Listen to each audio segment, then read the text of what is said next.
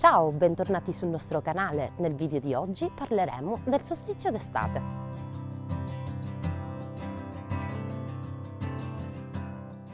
Il 21 giugno è il giorno più lungo dell'anno ed è il solstizio d'estate. Il solstizio ritarda di circa 6 ore rispetto all'anno precedente e si riallinea forzosamente ogni 4 anni nel bisestile. Deriva dal latino solstitium, da sol, sole e sistere, fermarsi, perché durante il solstizio d'estate il sole pare appunto fermarsi.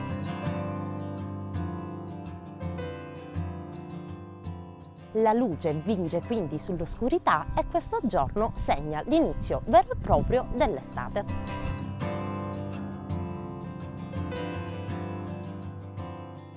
Nel corso dei secoli il solstizio d'estate è stato celebrato da antiche civiltà di origini e cultura diverse, come gli antichi egizi o le popolazioni celtiche del nord Europa, le popolazioni precolombiane dell'America Latina o gli indiani Sud America, che con le loro coreografiche danze del sole hanno trovato il modo di rendere omaggio alla forza della luce.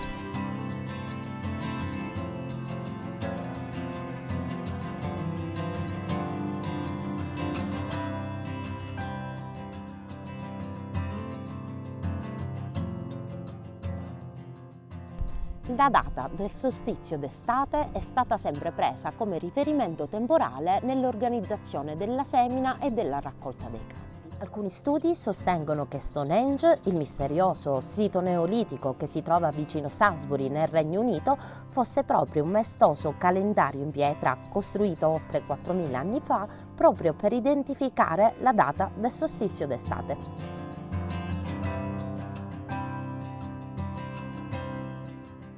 Era considerato uno dei fenomeni astronomici più facilmente osservabili ed era regolarmente festeggiato.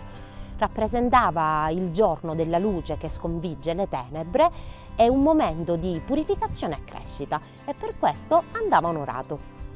Da sempre in tutto il mondo assume il valore simbolico del cambiamento, del nuovo inizio e della transizione verso una nuova vita e veniva e viene festeggiato con riti e cerimonie.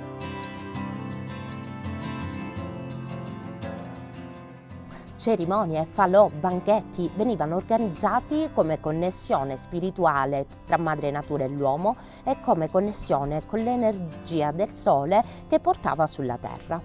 Il fuoco quindi è il simbolo rappresentativo di questa celebrazione, infatti rappresentava il trionfo della luce sull'oscurità delle tenebre. Infatti il fuoco veniva tenuto alto finché il sole, il più grande dei fuochi, si innalzava nel cielo.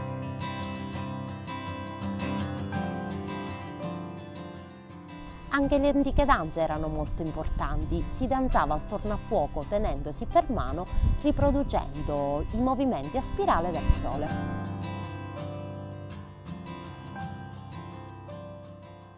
Un altro elemento importante era l'acqua.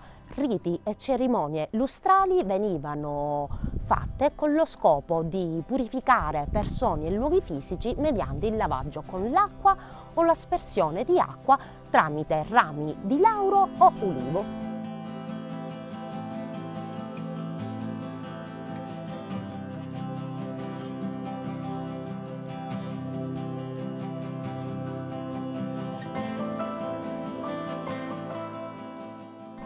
Era il giusto periodo per unirsi in matrimonio, anche perché il matrimonio è un rito di passaggio. Tutt'oggi ci si sposa a giugno e la luna di miele prende il nome dalla luna di giugno, che stava a indicare proprio il periodo in cui le api avevano il miele più dolce e abbondante.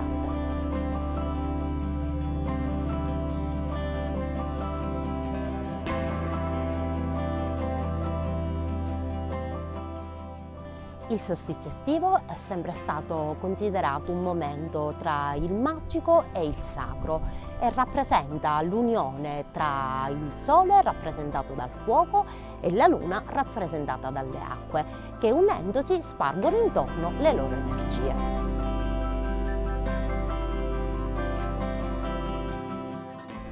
Era così possibile compiere ogni tipo di magie e contattare spiriti e fate.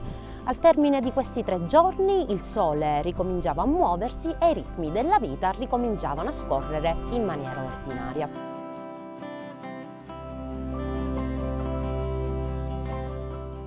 Ovviamente questo è un movimento apparente perché, come ben sappiamo, è la Terra a muoversi e non il Sole.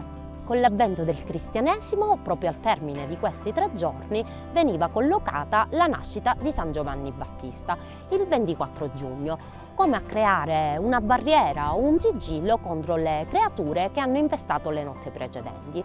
Queste creature erano quelle che erano considerate le cosiddette streghe, capaci di compiere orribili malefici e scagliare terribili sciagure. In epoca medievale era considerata la notte delle streghe, intesa come donne repellenti, orribili, demoniache, che appunto insieme al diavolo partecipavano ai sabba. Erano considerate operatrici di incantesimi, esperte di filtri ed erbe, capaci di infliggere terribili sciagure ai campi, ai bambini e al bestiame.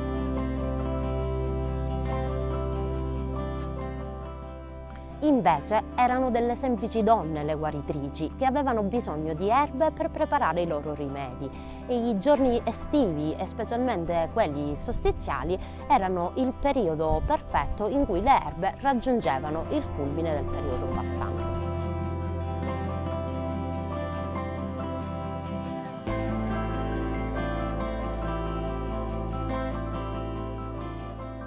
Tutte queste donne divennero spiriti maligni che infestavano i boschi in questo periodo di caos, dalle quali era senza dubbio necessario proteggersi.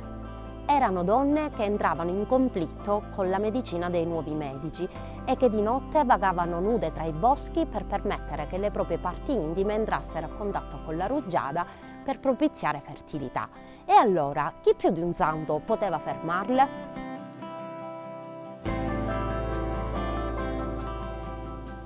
Con l'avvento del cristianesimo tutte le pratiche pagane furono sostituite. Anche le piante legate al solstizio d'estate furono demonizzate e associate alle streghe e furono per questo patrocinate da San Giovanni Battista, come l'iperico, detta appunto erba di San Giovanni.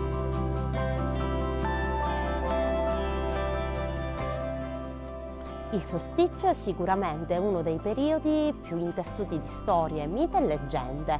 È anche un periodo molto magico, infatti in tutta Europa la notte tra il 23 e il 24 giugno è sempre stata festeggiata con rituali legati alle erbe, volti alla protezione e alla divinazione. Dal 24 giugno in poi le giornate invece andranno via via accorciandosi, il sole inizierà a tramontare prima fino ad arrivare al solstizio d'inverno.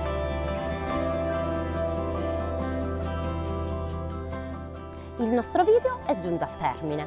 Per Aspera ad Astra iscrivetevi al nostro canale e lasciate un bel like. Non dimenticate di attivare la campanellina e di seguirci su Instagram e Facebook. Ci vediamo al prossimo video. Ciao!